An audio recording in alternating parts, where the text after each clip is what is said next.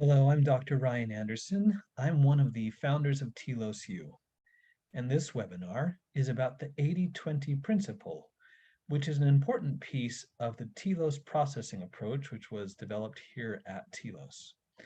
Now, when we're talking about the processing approach, again, it was designed to help work with some of the challenges that come up when people have information processing issues. Of course, these same challenges can come up for anyone when they're under enough stress or being overstimulated sufficiently. But there are various ways in which those information processing issues tend to show that they're being experienced by the person. The person can become emotionally or mentally rigid. So they're stuck, they're frustrated, they're seeing things in black and white. They can show a great deal of stress sensitivity. They can demonstrate that they're having a hard time understanding either tasks or people or relationships, so they kind of come across as not getting it. They may be disorganized. They tend to have social struggles, and a lot of times they have difficulties with changes and transitions. And all of the things that we work on in the processing approach help to prevent these problems, but also are good for addressing these particular challenges when they come up. When we talk about the 80-20 principle, it is particularly useful with issues around rigidity, stress sensitivity, and difficulty with changes and transitions, although there are other circumstances under which it can be useful. But keep that in mind while we talk about things today, that this would be a principle that is very useful when we are encountering those kinds of symptoms. So while we begin thinking about the 80-20 principle, of course, it's a principle of compromise. But there are a lot of potential traps that come with the concept of compromise. And we want to think those through. First of all, anytime we're running into a situation where there's a task that needs to be done, and we find that we are running into the other person being rigid. They don't want to do it. They're not willing to change the way they're approaching it, and it's just not working. If we approach their rigidity with rigidity and all or nothing thinking of our own, that is not a good setup. In fact, that's a recipe for disaster. Rigidity plus rigidity equals escalation, crisis, apocalypse. And it's something we want to avoid. And the problem is sometimes we can get so stuck in our way of doing things that we're not willing to look where there is room for compromise or change or flexibility. And that can be the reason sometimes that things don't happen that otherwise could and should happen. The other side of that, the other extreme, is to simply cave and have no requirements, that we run into rigidity or resistance from the student, that we simply say, all right, well, we're just going to let them do what they're going to do. So that is not what we mean when we talk about rolling with resistance. And that is not what we mean when we talk about 80-20 compromise. So on the one hand, rigidity of our own, on the other hand, simply caving and not having any kind of expectation. Those are two things we want to avoid because both of those tend to contribute to the problem and are certainly not a part of any kind of solution. Now, as we go into the details, we need to keep in mind the basic underlying principles of the processing approach for all of its applications. And it's assumed that we are doing these things as we are trying to execute the strategies of the processing approach. If we are not doing these things, then very likely we're not going to have the kinds of outcomes from utilizing the processing approach, like the 80-20 principle, that we would want to see. First of all, we need to make sure that we have developed realistic understanding of the person and realistic expectations. So understanding is that we know who they are, what they're experiencing, the way things are for them. And our expectations should be realistic, both about what growth is going to look like for them and the speed at which they're going to grow. So it doesn't mean that we don't expect growth, but we make sure that we're aligning that with a realistic understanding of who they are and what they experience. From there, we want to start by building and enacting appropriate accommodations. We don't want to accommodate to the point where we are requiring nothing of the person and therefore kind of work them into a point of incompetence. But we do need to be aware that from where they are today with the struggles they're having and the outputs that they need to be able to deliver, there is a gap. And we need to start by helping them have some successes by working on accommodations that should diminish over time if we are using the scaffolding approach correctly. And if we're doing that, it helps to reduce stress for the person, which opens up their emotional space for trying and risking and growing. It helps to establish a supportive relationship between us and them, which is vital for all of our efforts. And it provides an appropriate way to guide us through the descaffolding process as they grow. And so as we're providing that appropriate accommodation, we also work with the student on building compensating skills and strategies and recognizing that they're going to have a learning curve with these. It's going to be slow and imperfect in the beginning. But of course, helping to teach them new skills and strategies works best when they have learned how to physiologically destimulate. So calm down their body, calm down their mind, and have some progress in general emotional regulation. So at any point in time, if we feel like we're using the processing approach techniques like the 80-20 principle and they don't seem to be working, it's always a good idea to come back and check and see how we're doing with these underlying foundational ideas. So the idea behind the 80-20 principle is pretty simple. We're going to look and see if there are ways that we can be flexible around certain aspects of the expectation around the task that would be sufficient to help the student get unstuck and feel like they can move forward. Now, I was a wilderness therapist for over 6 years, and I had a lot of experiences either with getting stuck in mud or snow myself or having other people do it. And one thing I learned is that when you get stuck in the mud, the worst thing you can do is just hold down the accelerator, because what that does is it takes you being a little bit stuck and tunnels you down deeper into the mud to where you are really, really stuck. But having more of a rocking back and forth motion allows you to get enough momentum to get unstuck. And when we're thinking about the 80-20 principle and the way that comes to 80-20 compromises, that's exactly what we're looking for. It's not that the task doesn't need to get done, but simply doubling down on the expectation tends to get things more stuck. But when we can find where we can rock a little, help the other person feel like they're getting more of what they need, then most of the time we're going to find that they are able to move forward and accomplish the thing that needed to be accomplished. But what we want to do is make sure we start with some kind of progress. We just want to start by getting unstuck. And to do that, we need to avoid all or nothing thinking, recognizing today they might be able to take 2 steps, tomorrow they might be able to take 3, and a week from now they might be able to take 5. And that's okay. We just need to embrace the idea of working on getting unstuck and having some kind of forward momentum.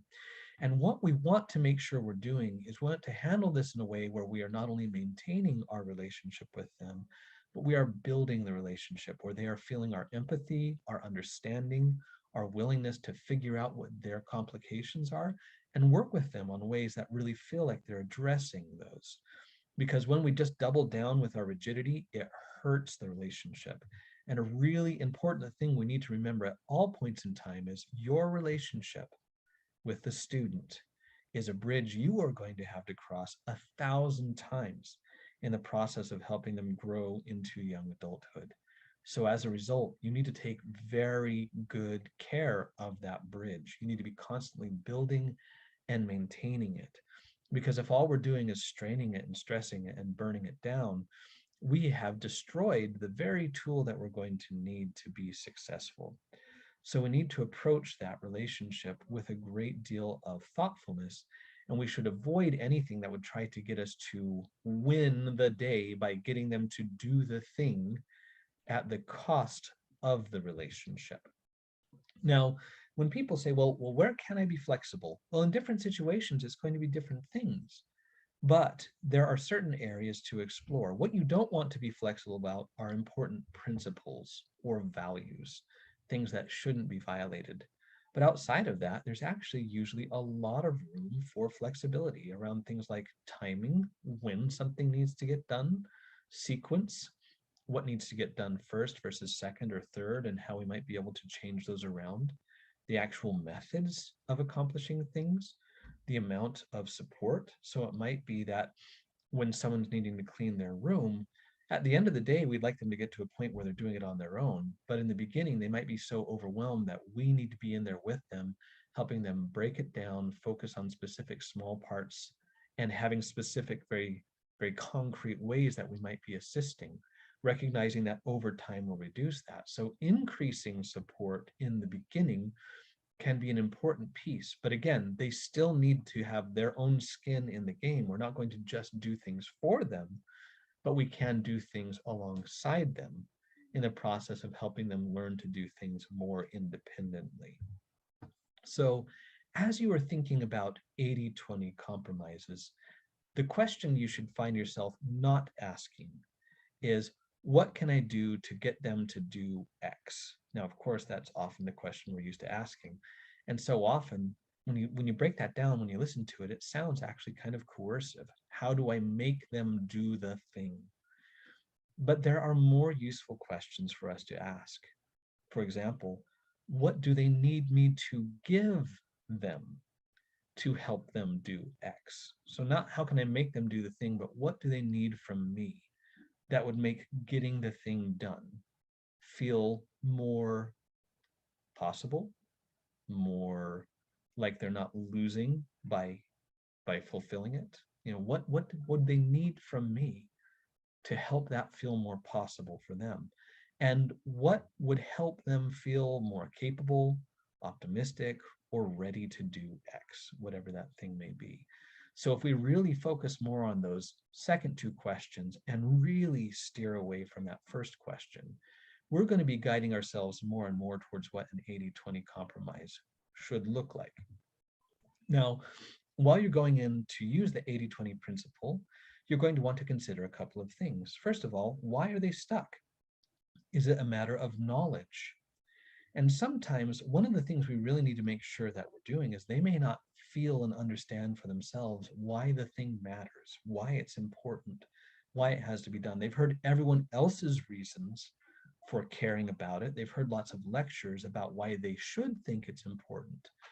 But what we need to find is the common ground where something they value and the way they experience the world overlaps and naturally feels like a way to feel that the task itself is important, that the outcome is important. And that can't be something as simple as, hey, I'll pay you $50 to do it. You value money and therefore you'll value doing it. That will not last long. But there is something about the way this person experiences the world, the things they want, the hardships they experience, that if you help them find their path to caring about it, rather than sharing with them our path and telling them they should just adopt that, we're going to be much more successful. Now, they might be struggling because they actually lack the skills. They wouldn't know how to go about doing it, or they don't feel confident, or they've tried it before and they feel like they failed. So they may need to help on looking at how can I do this differently, or what's going to actually work to get more appropriate outcomes or more desired outcomes from this. It may be that they lack confidence for a variety of reasons, and that we need to help them build up by smaller successes to tackling something that they're actually feeling very intimidated by. And we also need to dive into understanding what their emotional drivers are, both towards wanting to do the task or the outcome, but also things that would make them not want to do it. It's important to recognize no one is completely unmotivated. Everyone is motivated to do something. And when people appear unmotivated, it's because they're running into another motivation that's leading them to a different set of actions. And so beginning to understand what these are and how we might help them navigate those competing motivational factors can be an important part. And again, what the 80-20 compromise can look like is a lot of things, but what we should not make it is you only need to do 80% of the things you actually need to do, and we'll just let all the other 20% slide. Rather, the 80-20 principle applies to each one of the different important tasks in their lives, of how we help them accomplish each one of those. But again, that supposes and requires that we've done a good job of building realistic understanding and expectation of what they are currently equipped to work on tackling. So to learn more about this also fits very well with a couple of other things, but we need to make sure that we're discerning very carefully in the situation from our point of view, because it's very easy for us to say, well, they need to do X, but actually they don't need to do it. It's what we want them to do. And that's a larger picture than what they actually need to do. So for us, as we approach these kinds of 80-20 principles and compromises with the students, there's a couple things we need to be very clear about with ourselves. One, what actually needs to happen in this situation versus what would be nice to have happen or what we would prefer to have happen. Because today they might only be able to do the part that they need. And what they think would be nice and what they prefer may be different than what it is for us. So let's work on that piece, because that can be actually the 80-20. What actually needs to be done? Actually just this piece. This other stuff, it'd be nice, it'd be taking things to the next level, but it's not actually the requirement. The second thing to discern is what is necessary right now versus what we are hoping to see for them in the long run. I've learned many times that we lose battles because we think they have to be won today, rather than letting them play out over time.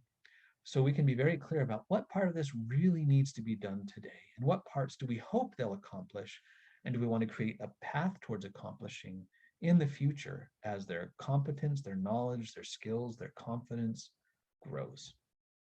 Also, we need to discern what will make things easier for the student versus what would just make things easier for other people to be around the student. Now, hopefully over time as they grow, they will learn more and more pro-social skills and they will become quote unquote easier to be around. But we need to make sure what we're focusing on is what they are experiencing and what will help them feel like they are having a better experience, rather than the fact that their treatment needs to be about making them easier to deal with for other people. We need to discern how the student sees the situation versus the way other people see the situation. And again, whatever 80-20 compromise we make with them needs to fully embrace and fully work within their way of seeing things, their perspective. And we also need to discern between what the student values in that situation versus what other people value and what they might assume that the student should value. And again, whatever our 80-20 compromise is, it needs to fully embrace and work within what the student values, rather than it just being a capitulation to someone else's values and priorities. So keep in mind that if we're using the other aspects of the processing approach, we're more likely to have good success with the 80-20 principle. For example, if we're doing a really good job with forecasting and front loading, it helps. And in fact, some ways, if we're talking about what's going to come and we're discerning concerns that the student has, and we're working on the 80-20 principle before the point of action, what that does is it removes all of the emotional weight of, wait, now I've got to do the thing now. So good forecasting and front loading helps us strategically be able to do the 80-20 situation, the 80-20 approach, sooner, earlier, and avoid flooding issues by having to only do it in the moment where the task actually needs to be done. So again, all of the aspects of the processing approach work better if we're using them in concert with one another. It's also really important that you and the student develop clarity in what the task actually is. It's amazing how often what we think cleaning their room is versus the way they see it, or what we think paying attention in class is, or doing their homework is, or whatever the task may be.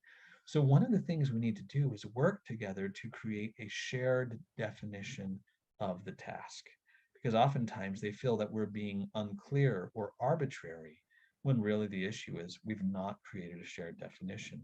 So together, and we don't just dictate this, we work with them to talk about what would the complete task look like, and make clear, concrete, well-defined goals.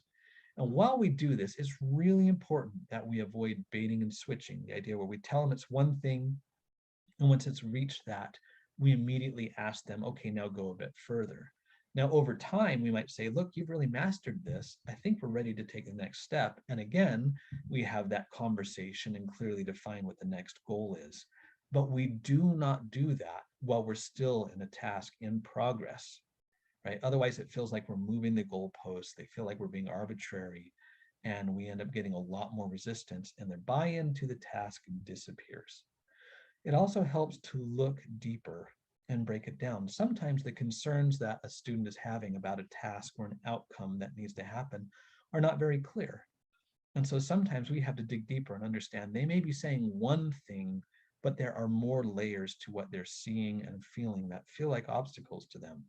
So sometimes it helps to break down that task into its various elements and explore with the student the different aspects of the task and kind of one by one check in about how confident or how worried, how bought in or how doubtful they are about each one of those pieces. And that helps us to zero in on what their actual concern is and where the actual support and 80-20 principle needs to be applied. And when you're doing that, you need to make it about resolving the concerns that they have about the issue, rather than trying to find some way to motivate, reward, or consequence them enough to just get them to do that specific outcome. So again, this fits well with some of the other principles that we're hoping that you're learning well with us. It would be a good idea, if you've not done them already, to go and look at the influence versus control webinar or the rolling with resistance webinar, or both, and look at how the 80-20 principle fits with both of these guiding principles. So again, this is something that you'll find that as you do it, you get more done by exploring where you can actually have some flexibility rather than simply drawing lines in the sand and trying to push, incentivize, or consequence someone into doing things that need to get done.